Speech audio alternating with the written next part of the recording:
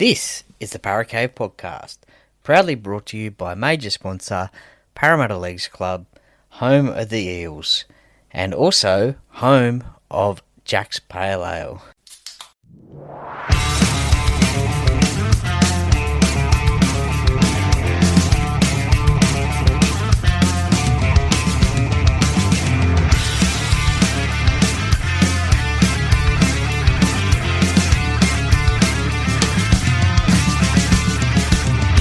Welcome to another episode of the Paracave Podcast. And now over to your host, Troy Warner, broadcasting live from the world-famous Paracave. And yes, hello and welcome back to another episode of the Paracave Podcast. Troy Warner here, and it is the NRL review round for round number 8.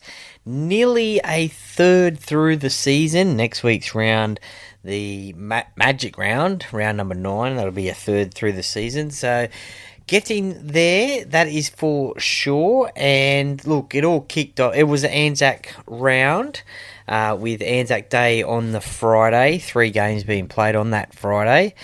So I hope you celebrated Anzac Day in the way that you wanted to and showed your respects to those that have fallen before us and have defended our country before us and are defending the country now. It's a very emotional weekend or day and weekend in rugby league in the NRL, with the last post and the ode being read out at the start of every game. And I think it's a nice touch too, with the two teams that are playing in the games walk out side by side. So very nice touch there. And I think all the games that were played over the weekend were really good. And look, I just want to throw out a congratulations and appreciation, I guess, to the crowds that were at that game. Now, I didn't attend any of the games on the weekend. I watched all the games on the weekend on the TV, and from what I could hear, I couldn't hear any disturbances through the moment of silence when the last post was being played. So, look, I really appreciate that, and I congratulate those in the crowds. Unfortunately, we do know that sometimes during a moment's silence, we do have people make noise, but for me, I didn't hear anything through the TV. So I could be wrong. No doubt there were those that are listening to this that were at games and may have heard otherwise, but I certainly didn't hear anything. So congratulations to everyone, and really appreciative. I'm sure everyone would have been. Look, it was a sin binathon, wasn't it, on the weekend, and absolutely unbelievable. Really, really frustrated not only myself but also fans watching the games, and fans of the teams that were playing as well. But yeah, it was really, really frustrating watching the games over the weekend and the sin binnings that happened. Look, some of them, they definitely should have happened. Others probably should not have happened. A penalty would have been suffice. Look, the NRL CEO, Andrew Abdo, was on NRL 360 tonight on Fox and was explaining about it, that it was not a crackdown. It has been a part of the game for a long time now, the head-high tackles, and it was not a crackdown, but certainly something has to be done about this, because we've got Magic Round coming up this weekend, and obviously we can't see something like we saw a few years ago. I think it was the Play the Bulls that were the problem, I think, in Magic Round a couple of years ago, where there was numerous sin binnings that day. It could have also...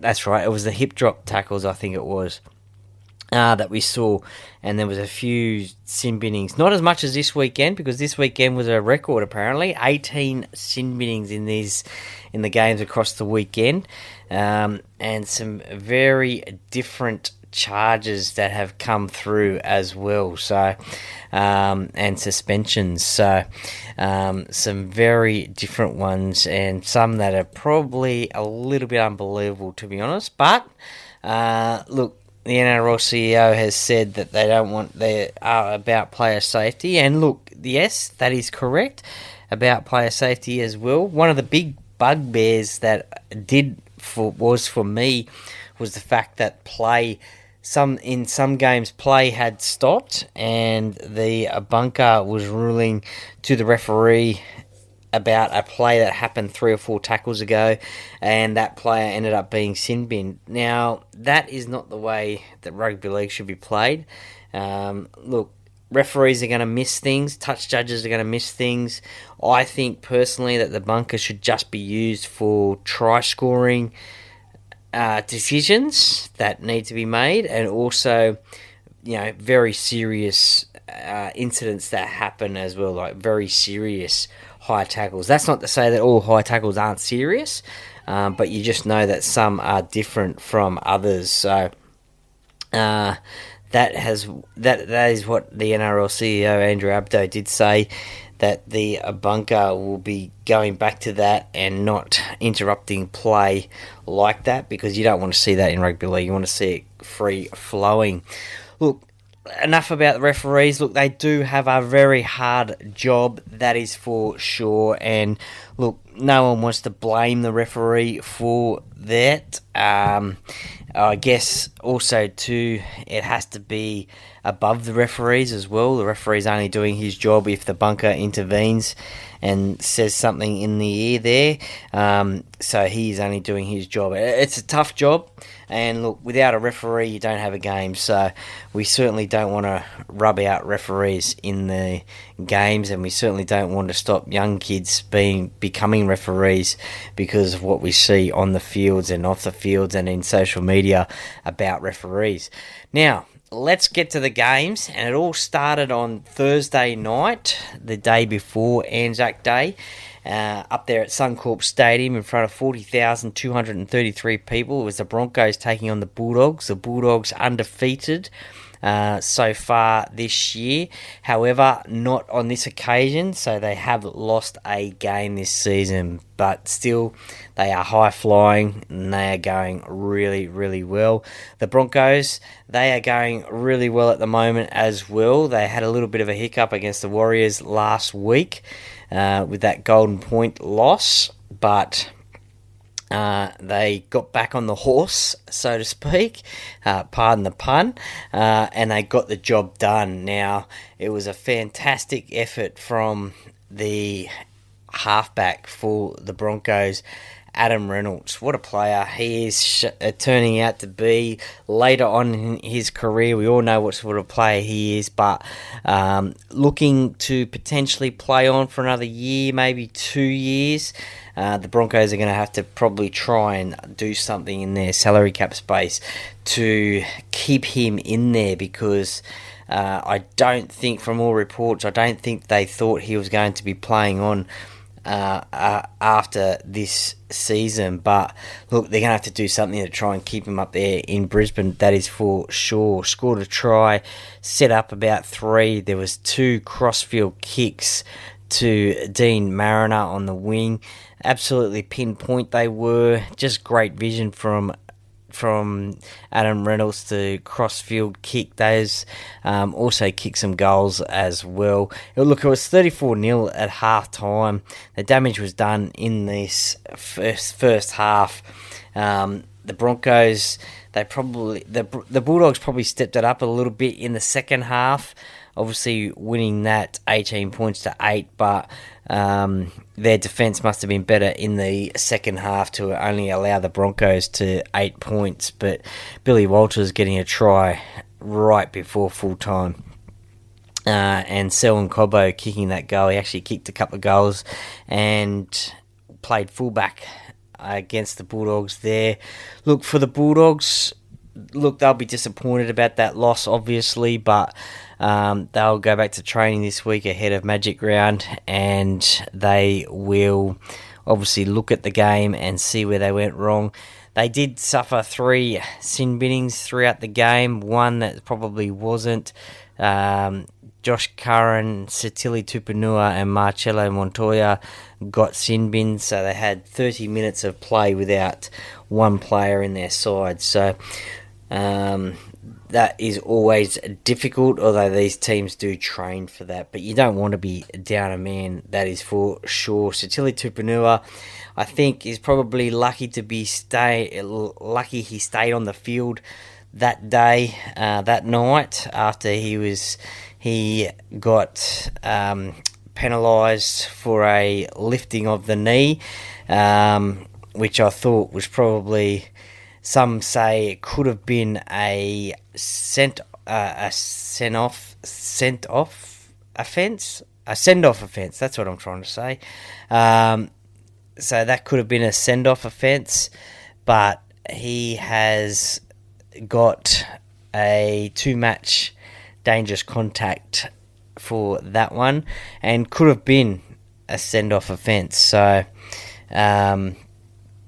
he's very lucky to stay on the field, I thought. Anyway, so the Broncos, they get the win against the Bulldogs, and the Bulldogs suffer their first loss. But I'm sure, as I said, they won't be worried. They'll be a little bit worried and disappointed, but they'll be right up for the challenge this week in Magic Round. Now, 3 games being played on Anzac Day, and it was the Roosters in the traditional Anzac Day game at Allianz Stadium. Good crowd, 41,021 turned up for that one, and it was the Roosters who won that game 46 points to 18. Now, I did tip the Dragons in this game, so I'm deeply disappointed about that one. But look, it was basically Sandon Smith's game, wasn't it? He scored 2 tries, kicked 5 goals. He kicked 7 goals, and he also spent 10 minutes in the sin bin as well. So a huge effort from Sandon Smith, probably the best game of his short career that he has had. But he was pretty much involved in everything. James Tedesco, he scored 2 tries as well. And look, he is probably pushing for that number 1 New South Wales State of Origin spot. He played in Game 1 last year, only due to injury to Dylan Edwards. Dylan Edwards played in the last 2 games, won the series with New South Wales. So, look, that is he has actually spent a couple of weeks out with injury. He did play on the weekend. But in my opinion, probably hasn't been setting the world on fire. But he is the incumbent fullback. But I tell you what, James Tedesco is really nipping at his heels to try and get that spot in that New South Wales side. But 20 points to 6 at half-time. Look, the Dragons, they had some opportunities and just didn't get across the line. And look, it was, as I said, very disappointing from the Dragons, and they will no doubt be disappointed as well with that loss. After such a good couple of performances previous to that one. And they had a great win against Manly, I think it was, at Brookvale the week before. So disappointing for the Dragons, but that's the sort of team I think will be up and down, I think, this year. The Dragons, unfortunately, they've got some new recruits, Gutho, Valentine Holmes, Damien Cook, as we all hear about. Back to the drawing board for the Dragons. But the Roosters, a good win for them. That's 2 big wins in these Anzac Day games. They had put 60 points on the Dragons last season and 46 this year, so a couple of big wins for the Roosters, which is all important at this time of the year, as we all thought that the Roosters would struggle a little bit this season with all the players that left, the experience that left, but a good win to them on Anzac Day. Now, the next game was actually played in New Zealand. It was the Warriors taking on the Newcastle Knights, 17,095. And this game was played at Apollo Project Stadium in Christchurch. So, I think the Pacific Championships held the final there last year. So, not Go Media Stadium in Auckland, but actually in Christchurch. So, a good attendance there, that is for sure. New Zealand, they love their rugby league, and it is showing with the crowds that turn up each and every week to Warriors home games. And that's 3 games, I think it is now, that they've won at home in New Zealand. So they're building that to be a little bit of a fortress, a little bit like they were in 2023, I think it was. 2023, when they made the prelim final, and they're playing that sort of football again. Jackson Ford got a couple of tries. Luke Metcalf got a couple of goals as well. There was a sin-binning Marata Nuakore in the first minute, so the Warriors did not get off to that good start that they were obviously looking for. 16-0 though at half-time. The Newcastle Knights, they are really struggling for points. They did score 12. They scored 2 tries on the weekend, but really struggling for points. Previous to that, it was something like 22 days, or there was some ridiculous hundreds of minutes stat that they hadn't scored any points. So I think it was 2 games and a bye in the middle of that they didn't score any points. So I don't know where they go, the Newcastle Knights. I don't know where their points come from, unfortunately. Kalen Ponga has been very quiet this season so far. Look, there's a little bit of talk that he wants to get out of Newcastle. I don't know how true that is or whether it will happen, but certainly there has been that little bit of murmuring around that he may leave, but certainly hasn't been setting the world on fire at Newcastle. I don't know where their points come from in games, but there's been a bit of talk about Adam O'Brien, whether he will last out the season with Newcastle, whether a different coach will come in for the rest of the season and next season and beyond. Only time will tell, but I think it's their 5th straight loss at the moment. So Newcastle struggling big time. The Warriors, they continue on their winning way, having beat the Broncos the week before. The next game on Friday, Anzac Day, was the Storm versus the Rabbitohs down there at Amy Park in front of 26,010. So over the course of this Anzac weekend, there were some really good crowds, really good attendance. Just shows you how much rugby league is flying at the moment with crowds near full houses. I think this game was sold out as well down there at Amy Park. The Storm, they keep their unbeaten record against the Rabbitohs in Victoria. The Rabbitohs haven't won down there, so I think it's since 1999. So 20 games down in Victoria, so they got a bit of a hoodoo over the Rabbitohs, the Melbourne Storm. So, and it was 4 tries to 3 in this game. Ryan Pappenhausen kicked 3 out of 4 conversions, 1 penalty goal. Also got sin-binned as well. 10-all at half time. You thought, this could go either way, but then it must have been one hell of a spray, I guess, from Craig Bellamy, because in that second half the Melbourne Storm just really put it together, and the Rabbitohs, look, they suffered a sin-binning with Latrell Mitchell, which will probably cost him a week on the sidelines. I think the most sin-binned Rabbitoh, I think.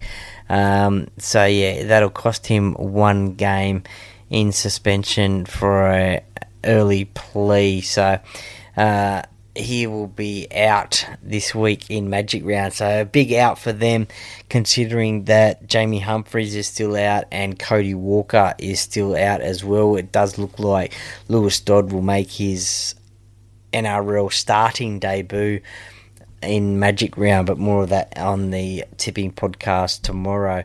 So the Rabbitohs, look, that hoodoo still belongs to them. They will not want to go play down in Melbourne next season, that's for sure. But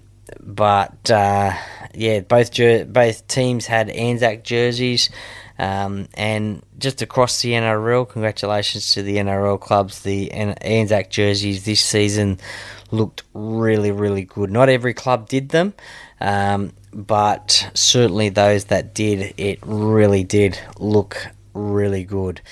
Saturday, 2 games on the Saturday with the 3 games on the Friday, but it kicked off in Townsville.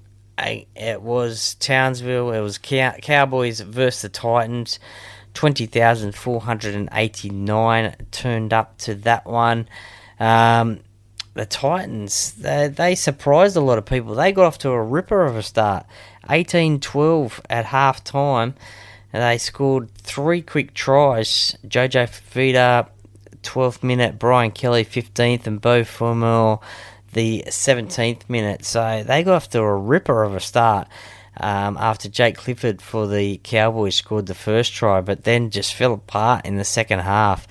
The Titans, they had a couple of sin binnings. Jamin Joliffe and Brock Gray, 2 sin bins there. Jake Clifford, a sin bin for the Cowboys in the first half. So, as I mentioned at the top of this show, it was a sin bin-a-thon.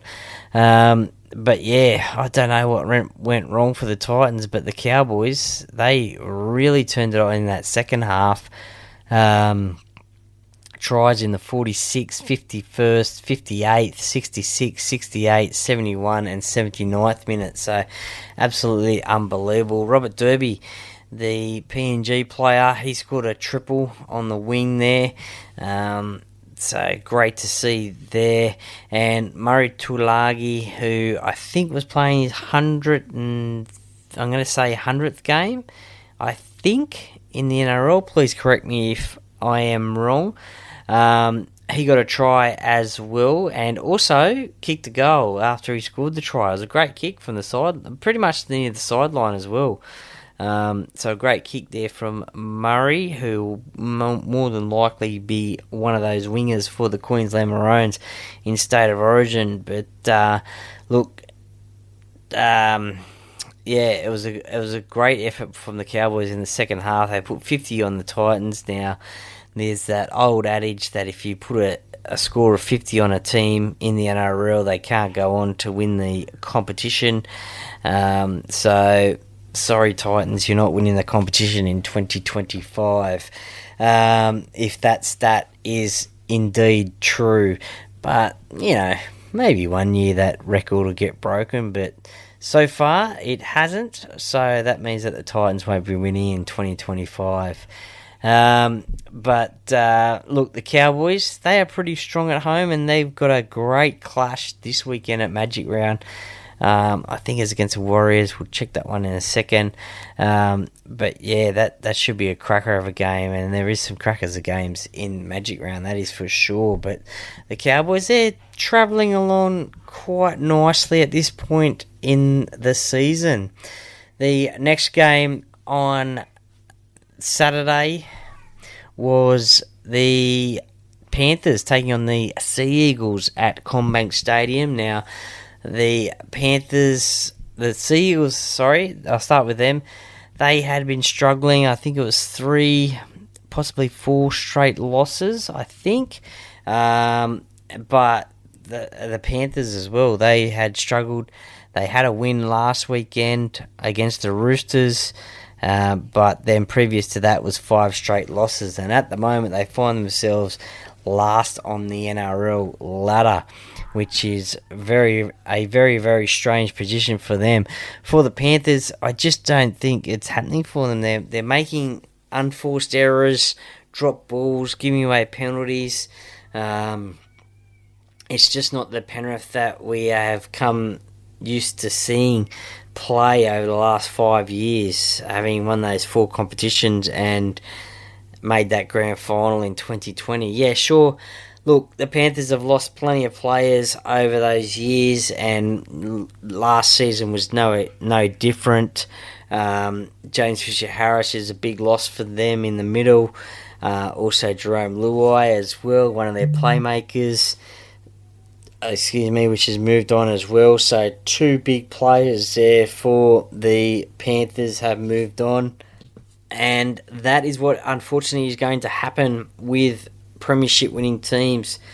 Your teams are going to be pulled apart. But look, they have a very inexperienced at the moment left edge with Jenkins. Also, they have Casey McLean and Blaze Talangi as well. So a very inexperienced left-hand side, and Manly were certainly targeting that one. That is for sure. Tommy Turbo returned. He had a great game by his standards. There was an absolute cracker of a try by Tolu Kula in the 67th minute. It was a great try, a practice move that had been obviously played at training over and over again, and it just looks so easy. If you get a chance, go back and have a look. Amoli Olakawatu, look, he pulled a ball out of the air that any AFL player will be happy about, that is for sure. But yeah, just over the top of Dylan Edwards and scored a try. Scott Sorensen, he was sin-binned in the 32nd minute. Now, this was a really interesting one. Nathan Brown, the Energizer Bunny, as some people call him, just off the back fence, 100 miles an hour. I guess Scott Sorensen was trying to put the hit on and brace himself and whatever at the same time, and just didn't use his arms, and he was sin-binned for a shoulder charge with contact to the head to Nathan Brown. 14-0 at half-time. The Sea Eagles were in control. It ended up 4 tries to 2, and a good confidence booster for the Sea Eagles. No Jake Travojevic in this game. He will return next week, although they had the bye this week in Magic Round, so pretty much a 4-point game for them, so really important for them to get this win. The Panthers, they take on the Broncos in Magic Round, but look, as I said, they are just struggling at the moment. A little bit of inexperience in their side, just making those mistakes, those unforced errors, dropping balls, giving away penalties, and it's just not working on them. I think look, I'm no expert, but I think they could be relying too much on Nathan Cleary to get them out of trouble, but even their other players on the weekend, Isaiah Yeo, Liam Martin, they were a little bit quiet on the weekend, I thought. So I don't know what is going to go on back there at training this week. Certainly some questions will be raised, and they're going to have to try and dig themselves out of this hole, because that is not a position they will want to see them in. To Sunday, and look, 2 cracking games of rugby league on Sunday. First of all, down there in the nation's capital, the Raiders took on the Dolphins, and it was a win 40 points to 28 in favour of the Raiders, in front of a crowd of 15,686, but it was 28 points to 10 at half time. So the Raiders won the second half 30 points to 0. Do not know what happened to the Dolphins. I think they came into this game with 3 straight wins, so they were full of confidence. And you could tell by that first half that they were definitely in confidence. 5 tries. The Hammer, he got a try. Farmworth, Saifiti, and Asako and Avarillo got tries all before half time, and look, things were moving along pretty comfortably. I must admit, I tipped Canberra in this game, and I was shocked that the Dolphins were winning 28 points to 10 away from home. So again, I don't know what Ricky said at half time, but the Raiders turned it on in the second half. 5 tries to none in that second half. The try to Matty Nicholson was a great one. Matt Timoko, he made a great run, broke some tackles, and Matty Nicholson was just on the inside backing up. What a career so far in the NRL he is having. I think he scored something like 5 tries in 7 games for the Raiders, so he certainly has been a find from England. Jamal Fogarty has been in the news this week about potentially, not officially, but potentially signing with Manly to take over from DCE. He scored a try right at the end and also kicked 5 out of 7 conversions, 1 penalty goal as well. So, look, a come from behind win for the Raiders over the Dolphins. Look, these games between these sides are usually pretty close, but this one was a little bit of a blowout, a high-scoring game. This one, that's for sure. And look, that'll give the Raiders massive confidence of knowing what they can do when they are in this situation. They don't want to put themselves in that situation, nor does any team, but they managed to dig themselves out of a hole, and they got the win in front of their home fans. The Dolphins, they'll be disappointed about the lead that they had, and they blew it in the second half. Just errors cost them. They just had less possession as well. Their completion rates were down. So, yeah, very disappointing from the Dolphins. You could see that in the coach's box, Christian Wolf, he was pretty frustrated in that second half. That is for sure. The last game of Anzac Round was played at Leichhardt Oval. It was a Golden Point game. It was played in front of 14,812. The Tigers, after losing to the Parramatta Eels in the Easter Monday clash, came out to Leichhardt Oval, their so-called spiritual home. It was a sunny Sunday afternoon into the night, and they got the victory 20 points to 18. Thanks to a Adam Dewey penalty goal in the 88th minute, the second part of Golden Point extra time. 10-6 at half time, still anybody's game. Look, the big talking point going into this game was Lachlan Galvin.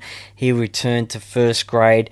It was what sort of a reception would he get from the the West Tigers faithful. Look, I think from what I heard through the TV anyway, it was nothing but praise for him. I didn't hear any boos or anything like that. He actually set up the first try for Samuela Fainu.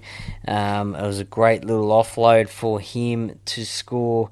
He also made a try-saving tackle for the Tigers on Tom Hazelton of the Sharks as well. He doesn't make that tackle, the Sharks score and go on to win the game. So a really good, I guess you could say, comeback game from Lachlan Galvin into first grade. Ronaldo Mulatalo scored a great try for the Cronulla Sharks, but please, Ronaldo, what he's doing? He captain challenged what he thought was a high tackle. That looked absolutely embarrassing, to be honest. It was pretty much an accident. It wasn't a high tackle at all. Jack Bird probably did touch his face, but there was no malice in it. There was nothing in it, absolutely nothing at all. And I dare say that Ronaldo Mulatalo won't be making any captain's challenge anytime soon, I don't think. I don't know what is going on with Nico Hines at the Sharks. He cops a lot of criticism. There was a few times there watching the game I was thinking that the Sharks are in position. They should take the field goal early. They waited till the fifth tackle. I think a couple got charged down. One went wide or didn't make the post. I just don't understand why they leave it until the last tackle to go for the field goal. I think sometimes too it's a matter of what position you are on the field, but I think there was a couple of opportunities yesterday at Leichhardt Oval for the Sharks to win that game in golden point extra time, but unfortunately it didn't happen for them. So that will be a game that they will probably think got away from them. They had 4 attempts at a 1-point field goal. They had 1 attempt at a 2-point field goal, and it just didn't happen. So perhaps they will look at the way that they do field goals in future games, because, as I said, they had a few opportunities to kick one. Unfortunately, they just didn't end up getting there. Now, we'll go to the judiciary charges. Look, there's been a few fines. Cody Nikorima, he got sin bin. He's got a $1,000 fine for a careless high tackle. Britton Nikora, as I just mentioned in the Sharks game, got a $1,800 fine. What else have we got here? Scott Sorensen, it hasn't been determined yet. First offence. He's disputing the grading, so just have to wait and see what that one is. Sandon Smith, grade 1 careless high tackle, first offence, $1,000 fine. The big ones there will be Latrell Mitchell, grade 2 dangerous contact, first offence, 1 match. Matt Burton, grade 2 careless high tackle, first offence, 1 match. Satili Tupanua, he actually copped 2 charges, 1 for a shoulder charge, 3 matches, and a grade 2 dangerous contact for 2 matches. Josh Curran for the Bulldogs as well. Grade 2 shoulder charge, 3 matches. So the Bulldogs next week in Magic Round are going to be short a few players, I think. Matt Burton, Satili Tupanua and Josh Curran will be missing from their side for no good for the Bulldogs going into Magic Round, that is for sure. Now, if we go to the quick look at the ladder after 8 rounds, and the top 8 looks this way. The Bulldogs, Storm, Raiders and Warriors round out the top 4. Hot on the heels of the Warriors. In 5th position is the Broncos, followed by the Cowboys, Sharks, Sea Eagles. Just outside of the top 8, equal on points, but points differential is in 9th, and in their spiritual home is the West Tigers, followed by the Dragons, Rabbitohs, Dolphins. The Roosters moved up a couple of spots after their win on the weekend.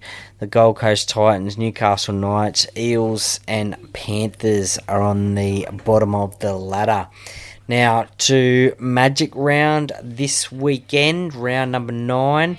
We'll go more into depth in this one in the tipping podcast, but quickly it looks this way. Sharks and Eels kick it off Friday night, 6 p.m. Don't forget, though, on the Thursday, there is the Women's State of Origin game number 1, New South Wales versus Queensland. Make sure you check out that one too.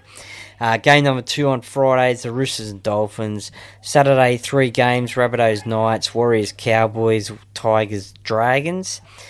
Sunday is the Titans Bulldogs, Panthers Broncos, Storm Raiders, and Manly have the bye. But more about those games in the tipping podcast, so stay tuned for that one.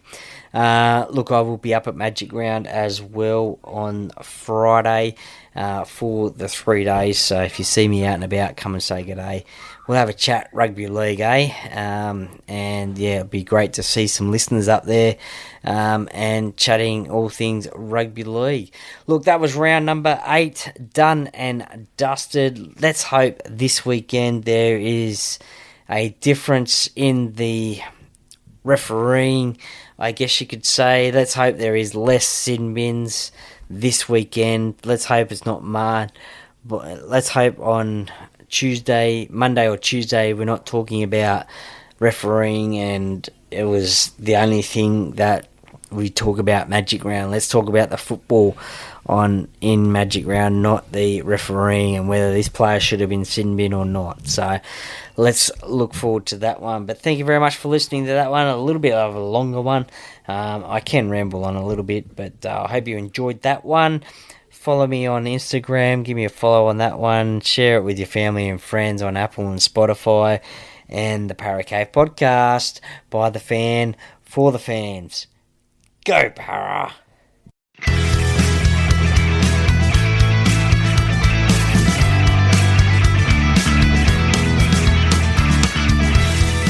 Thank you for listening to another episode of the Para Cave podcast. See you next time.